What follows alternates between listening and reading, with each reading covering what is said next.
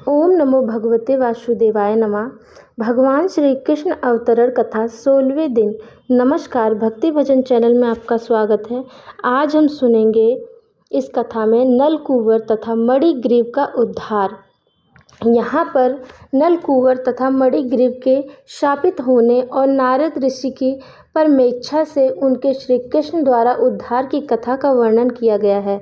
नलकूवर तथा मणिग्रीव नामक दोनों महान देवता भगवान शिव के परम भक्त एवं देवताओं के कोषपाल कुबेर के पुत्र थे।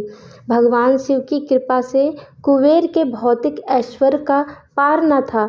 जिस तरह धनी व्यक्ति के पुत्र प्राय मदिरा तथा कामनाओं के प्रति आसक्त हो जाते हैं, उसी तरह कुबेर के ये दोनों पुत्र भी मदिरा तथा मैथुन के शिकार थे।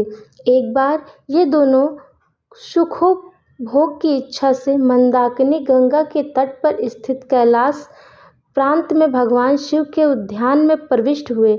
वहाँ मदिरा पान करके उस सुगंध पुष्पों वाले उद्यान में वे साथ में गई हुई सुंदरियों का मधुर संगीत सुनने में लीन हो गए। उसी मत अवस्था में ही वे दोनों कमल पुष्पों से युक्त गंगा के जल में घुसकर युवतियों के साथ इस तरह आनंद लूटने लगे जैसे हाथी जल के भीतर हथनियों के साथ करता है। जब वे इस प्रकार जल क्रीड़ा का आनंद लूट रहे थे तो उधर से असहस श्री नारद मुनि का आगमन हुआ। वे समझ गए कि नलकूवर तथा मणिग्रीव दोनों देवता इतने मदोमंथ हैं कि वे दोनों उन्हें आते भी न देख पाए।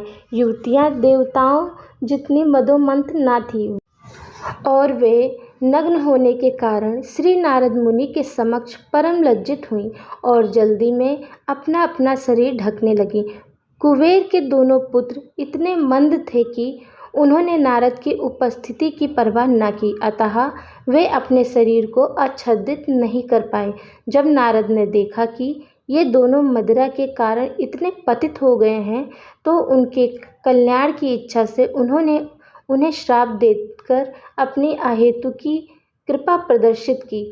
चूँकि ऋषि उन पर दयालु थे, अतः वे चाहते थे कि इनका मदिरापान तथा तरुणियों की संगति का मिथ्या सुख छूट जाए और वे श्री कृष्ण का साक्षात दर्शन प्राप्त कर सकें। अतः उन्होंने शाप देने की सोची। उन्होंने कहा कि भौतिक सुख के प्रति आकर्षण का कारण रजोगुण की वृद्धि है। भौतिक जगत में जब मनुष्य को धन तथा वैभव का लाभ होता है तो उसे सामान्य रूप से 3 वस्तुओं की लत पड़ जाती है: नशा, मैथुन तथा धूर्त क्रीड़ा।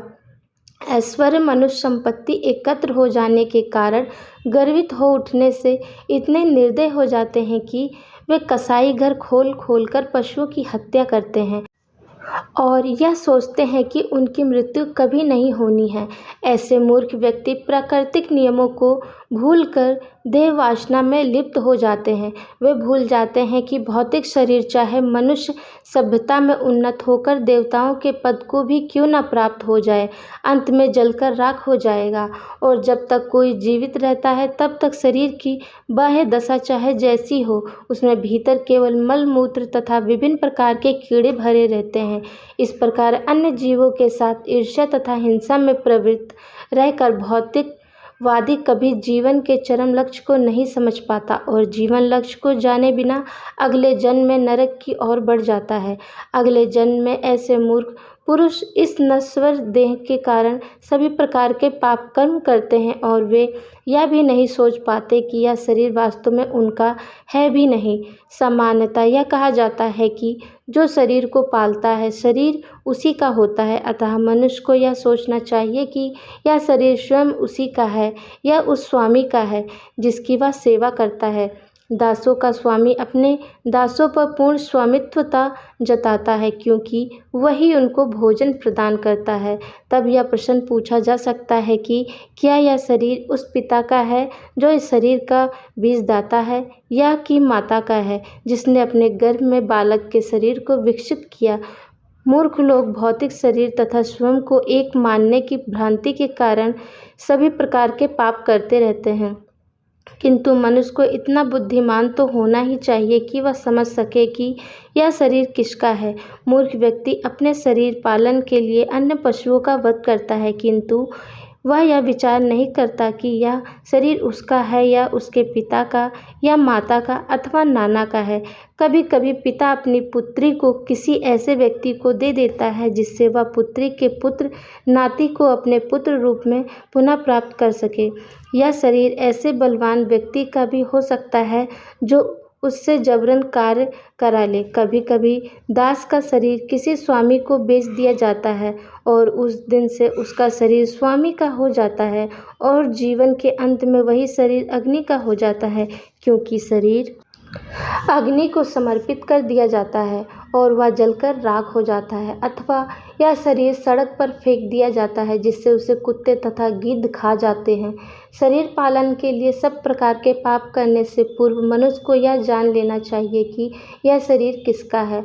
अंततोगत्व यही निष्कर्ष निकलता है कि शरीर भौतिक प्राकृतिक का प्रतिफल है और अंत में यह प्राकृतिक में ही मिल जाता है। अतः निष्कर्ष यही निकलता है कि शरीर प्राकृतिक का ही है। मनुष्य को भूल कर भी यह नहीं सोचना चाहिए कि यह शरीर उसका है। झूठा सद्भावना जताने के लिए भला मनुष्य हत्या में क्यों प्रवृत्त हो, शरीर पालन के लिए वह निर्दोष पशुओं का वध क्यों करे। जब मनुष्य ऐश्वर्य की झूठी प्रतिष्ठा में पागल होता है तो वह किसी प्रकार के नैतिक उपदेश की परवाह न करके मदिरा प्रमाद तथा पशुवध में प्रवृत्त हो जाता है। ऐसी स्थिति में गरीब का मरा पुरुष ज़्यादा अच्छा होता है, क्योंकि गरीब व्यक्ति अपने आप को अन्य जीवों के प्रति परिप्रेक्ष्य में सोचता है।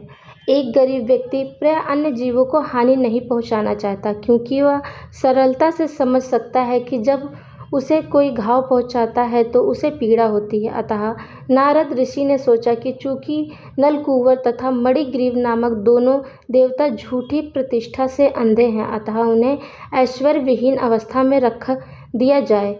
जा तन लगे सोई तन जाने। एक बुद्धिमान गरीबी की हालत में रहकर कभी नहीं चाहता कि अन्य कोई इस अवस्था को प्राप्त हो।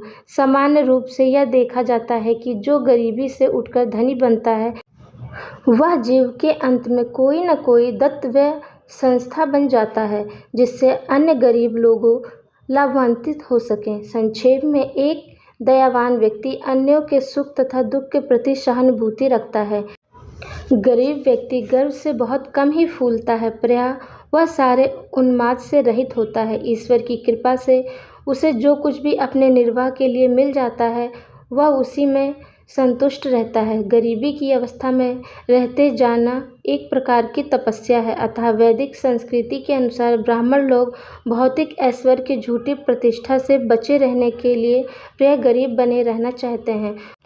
भौतिक संपन्नता में उन्नति होने से प्राप्त झूठी प्रतिष्ठा आध्यात्मिक उत्थान के लिए सबसे बड़ा अवरोध है। गरीबी का मारा व्यक्ति अधिकाधिक खा कर जरूरत से ज़्यादा मोटा नहीं बन सकता और आवश्यकता से अधिक न खाने के कारण उसकी इंद्रियां अत्यधिक चंचल नहीं रहती हैं। जब इंद्रियां अधिक चंचल नहीं होती तो वह हिंसक भी नहीं बन सकता है। गरीबी का दूसरा लाभ यह है कि साधु पुरुष किसी गरीब के घर में सरलता से प्रवेश कर सकता है और गरीब व्यक्ति साधु पुरुष की संगति का लाभ उठा सकता है। अधिक ऐश्वर्यवान व्यक्ति किसी को अपने घर में नहीं घुसने देता, अतः साधु पुरुष उसके घर में नहीं जा सकता। वैदिक पद्धति के अनुसार साधु पुरुष एक सन्यासी का स्थान ले लेता है, अतः गृहस्थ से किसी वस्तु को मांगने के बहाने वह किसी भी घर में जा सकता है। गृहस्थ जो गृह कार्य में व्यस्त रहने के कारण आध्यात्मिक उन्नति के विषय में सामान्यतः सब कुछ भूल जाता है, साधु पुरुष की संगति से लाभ उठा सकता है। साधु की संगति द्वारा एक गरीब मनुष्य को मुक्त होने के लिए काफ़ी अवसर मिलता है। यदि लोग साधु पुरुषों तथा भागवत भक्तों की संगति से वंचित रहकर भौतिक ऐश्वर्य तथा झूठी प्रतिष्ठा से फूले रहे तो इससे क्या लाभ। तत्पश्चात नारद ऋषि ने सोचा कि यह उनका धर्म है कि इन देवताओं को वे ऐसी स्थिति में पहुंचा दे जहां वे भौतिक ऐश्वर्य तथा प्रतिष्ठा से झूठे ही गर्वित न हो। नारद दयालु थे और वे उन्हें पतित जीव से उबारना चाह रहे थे, किंतु वे तमोगुणी थे और अपनी इंद्रियों को वश में न रख सकने के कारण विषयी जीवन के प्रति लिप्त थे। उन्हें इस गृहीत अवस्था से बचाना नारद जैसे साधु पुरुष का कर्तव्य था। पशु जीवन में पशु को इतना ज्ञान नहीं होता कि वह नग्न है, किंतु कुबेर तो देवताओं का कोषपाल था और एक अत्यंत उत्तरदायी पुरुष था, और नरकुंवर तथा मणिग्रीव दोनों उसके पुत्र थे। तो भी वे ऐसे पशुवत एवं लापरवाह हो गए थे कि मदोमंत होकर वे यह न समझ पाए कि वे नंगे हैं। शरीर के अधोभाग को वस्त्र से ढक के रहना मानवीय सभ्यता का नियम है, और जब मनुष्य या स्त्रियां इस नियम को भूल जाते हैं तो वे पशुओं से बेहतर नहीं रह जाते। अतः नारद ने सोचा कि उनके लिए सबसे उत्तम दंड यही होगा कि उन्हें जड़ जीव या वृक्ष बना दिया जाए। वृक्ष स्वभाव से जड़ होते हैं, यद्यपि वृक्ष तमोगुण से आच्छादित होते हैं, किंतु वे कोई हानि नहीं पहुंचा सकते। श्री नारद मुनि ने सोचा कि इनके लिए उपयुक्त यही होगा कि ये दोनों भाई मेरी कृपा से वृक्ष बन जाएं, किंतु उनमें इतनी स्मृति बनी रहे जिससे वे जान सकें कि उन्हें क्यों दंडित किया गया है। शरीर बदल जाने पर जीवात्मा समान रूप से अपने पूर्व जीवन को भूल जाता है, किंतु विशेष परिस्थितियों में ईश्वर की कृपा होने पर वह स्मरण रख सकता है, जैसा कि नलकूबर तथा मणिग्रीव के साथ हुआ। अतः श्री नारद मुनि ने विचार किया कि इन दोनों देवताओं को 100 वर्ष तक वृक्षों के रूप में क्यों न रहने दूं, और इसके बाद भगवान की अहेतुकी कृपा से इन्हें भगवान के साक्षात दर्शन हो सकेंगे। इस प्रकार वे पुनः देवताओं का तथा भागवत भक्तों का जीवन प्राप्त कर सकेंगे।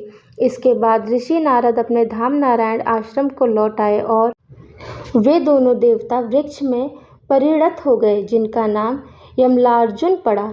इन दोनों देवताओं पर नारद की अहेतुकी कृपा हुई थी, जिससे वे नंद के आंगन में उग सकें और भगवान श्री कृष्ण का साक्षात दर्शन कर सकें। यद्यपि बालक कृष्ण काष्ठा की ओखल में बंधे थे, किंतु वे अपने परम भक्त नारद की भविष्यवाणी को पूरा करने के लिए यमला वृक्षों की ओर बढ़ते गए। भगवान श्री कृष्ण को ज्ञात था कि नारद उनके परम भक्त हैं, और उनके समक्ष खड़े यमलार्जुन वृक्ष वास्तव में कुबेर के पुत्र हैं। उन्होंने सोचा, अब मुझे अपने परम भक्त नारद के वचनों को पूरा करना चाहिए। अतः वे इन दोनों वृक्षों के बीच के मार्ग से आगे जाने लगे। यद्यपि वे स्वयं उस मार्ग से आगे निकल गए, किंतु काष्ठा का ओखल बड़ा होने के कारण दोनों वृक्षों के बीच फंस गया। इस अवसर का लाभ उठाकर श्री कृष्ण ओखल से बंधी रस्सी को जोर से खींचते रहे। जो ही उन्होंने बल लगाकर रस्सी खींची, त्यों ही दोनों वृक्ष तने तथा शाखाओं समेत धम्म से पृथ्वी पर गिर पड़े। इन गिरे टूटे वृक्षों में से अग्नि के समान प्रज्वलित 2 महापुरुष प्रकट हुए। उनकी उपस्थिति से सारी दिशाएं प्रकाशित हो उठीं। वे दोनों विशुद्ध पुरुष बालक श्री कृष्ण के समक्ष उपस्थित हुए और प्रणाम करने के लिए झुककर इस प्रकार स्तुति करने लगे। हे कृष्ण, आप यदि भगवान तथा योगेश्वर हैं, विद्वान ब्राह्मण जानते हैं कि यह दृश्य जगत आपकी उन शक्तियों का विस्तार है जो कभी प्रकट होती हैं और कभी अप्रकट रहती हैं।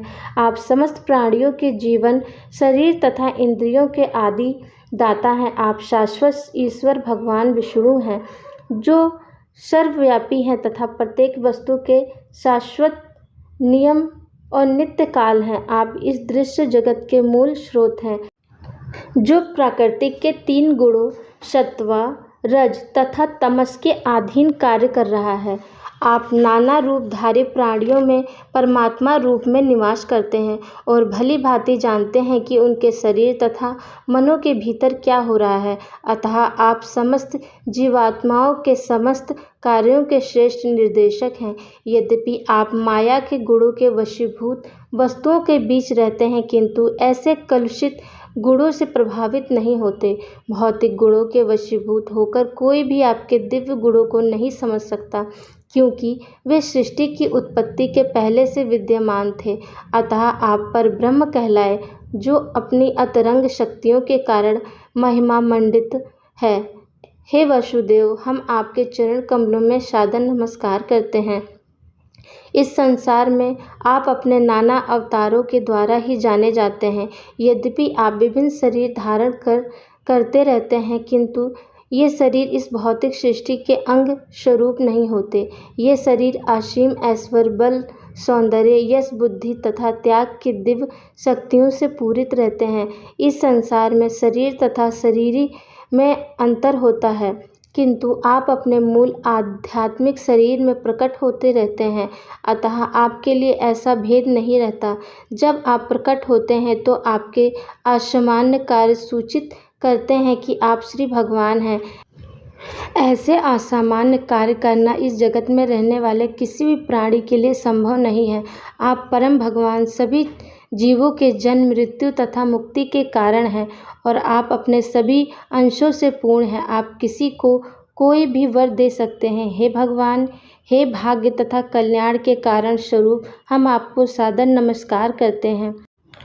आप सर्वव्यापी, शांतिदाता तथा यदुवंश के परम पुरुष हैं। हे प्रभु, हमारे पिता कुबेर आपके दास हैं। कथा आप सभी को अच्छी लगी हो तो एक लाइक ज़रूर करें। जय श्री कृष्ण। राधे राधे। कोई त्रुटि भी रह रही हो तो प्लीज़ आप मुझे कमेंट में बताएं ताकि मैं और अच्छा कर सकूं। जय श्री कृष्ण।